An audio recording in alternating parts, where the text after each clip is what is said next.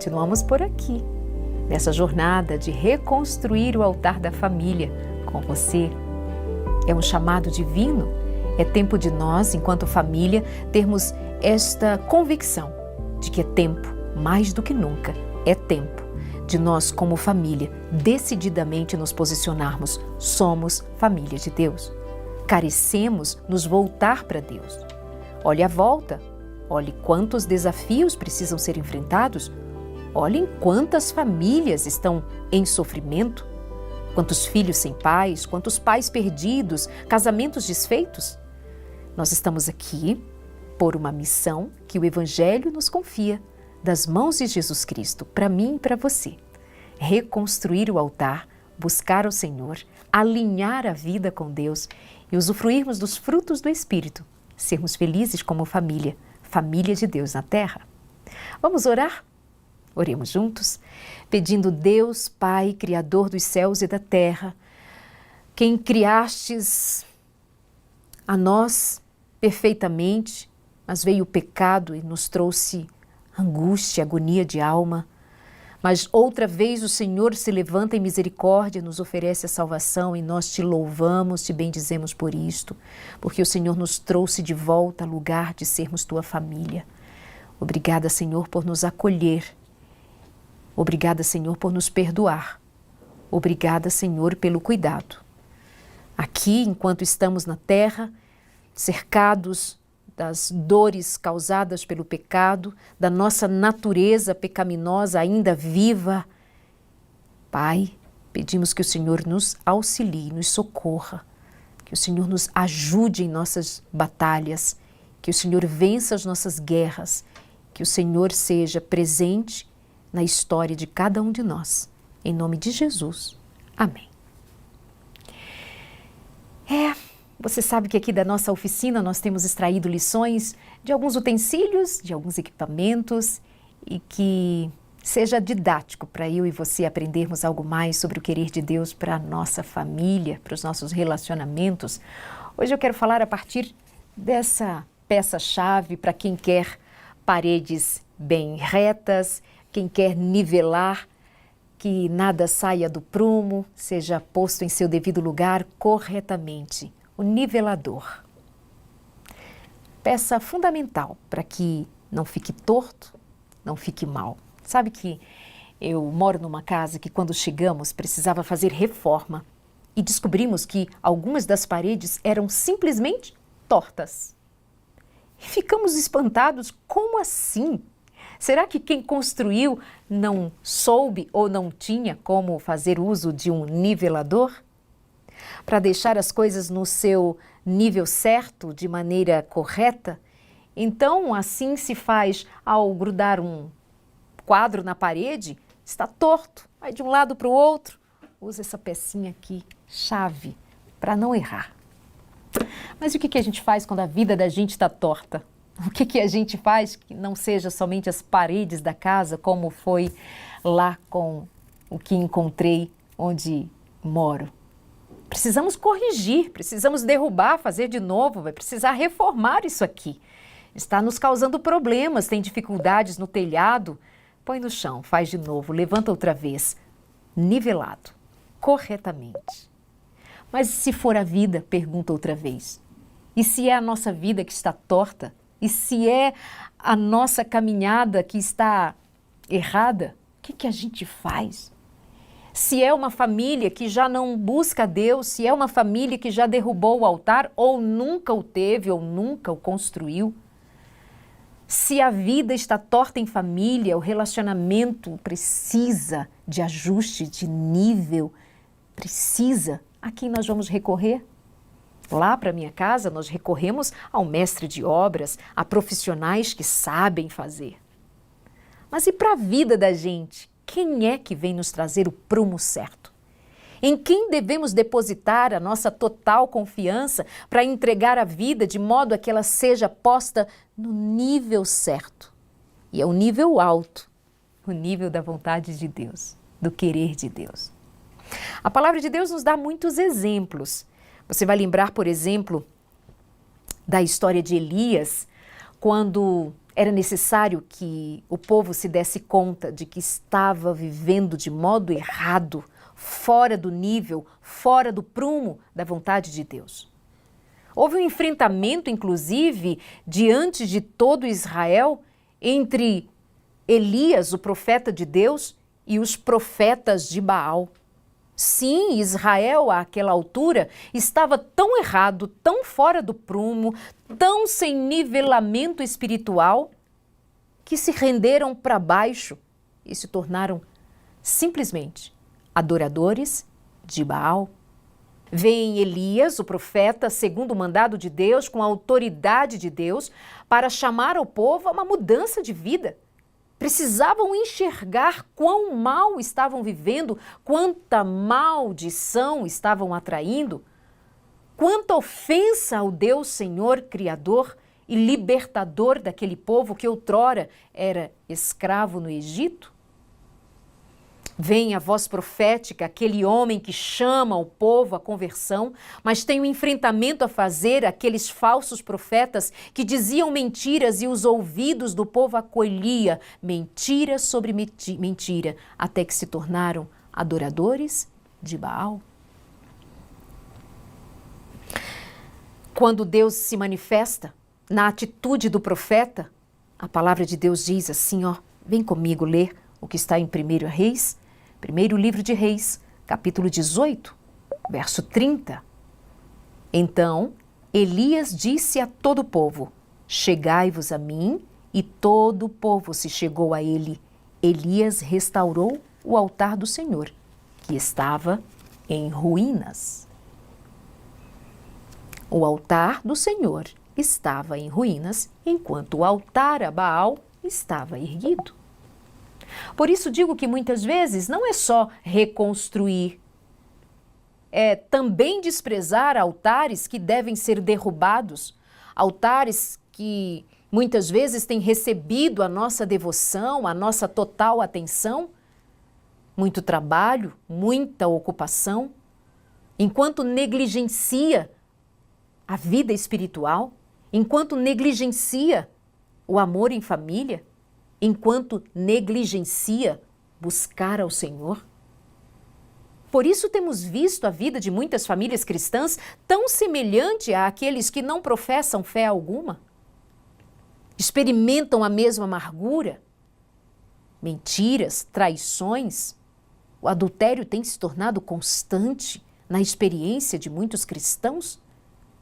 Muitas famílias têm sofrido a amargura dessa derrota que é quebrar um voto conjugal. Imoralidade, perversão e o que dizer dos abusos, da violência, dos gritos, dos xingamentos, do emocional destruído, do psicológico afetado, de famílias que simplesmente são doentes. Altar derrubado, vidas destruídas. E o Senhor tem enviado voz profética, o Senhor tem enviado a sua palavra, o Senhor tem vindo até nós, como foi até o povo de Israel, para chamá-los a reconstruir o altar outra vez. É tempo de nós nos voltarmos ao Senhor. Há um outro episódio que eu chamo você a acompanhar comigo, em 2 Reis, no capítulo 23. Vai contar a respeito de quando o livro da lei de Deus primeiro foi achado dentro do templo. Isso você encontra no capítulo 22. O livro da lei se perdeu. O povo de Israel estava apostatado. O povo de Israel estava adorando Baal dia e noite. E o livro da lei de Deus? Perdido. Já não se fazia nem menção e não havia nenhuma atitude de adoração e respeito ao Senhor Deus, o Deus de Israel. Agora eram adoradores de Baal, tinham altares erguidos a Baal. Quando o livro da lei de Deus foi achado, foi trazido à presença do rei que estava naquele momento no trono, chamado Josias. Aquele homem toma a palavra de Deus em suas mãos, toma conhecimento do querer de Deus que estava desprezado, olha para todo Israel e vê um Israel adorando Baal enquanto o altar do Senhor está derrubado. o livro perdido, a palavra de Deus perdida? E diz assim, no capítulo 23. O rei e todos os anciãos de Judá e de Jerusalém se ajuntaram a ele. O rei subiu à casa do Senhor e com ele todos os homens de Judá, todos os moradores de Jerusalém, os sacerdotes, os profetas de todo o povo, desde o menor até o maior, e leu diante deles todas as palavras do livro da aliança que fora encontrado na casa do Senhor.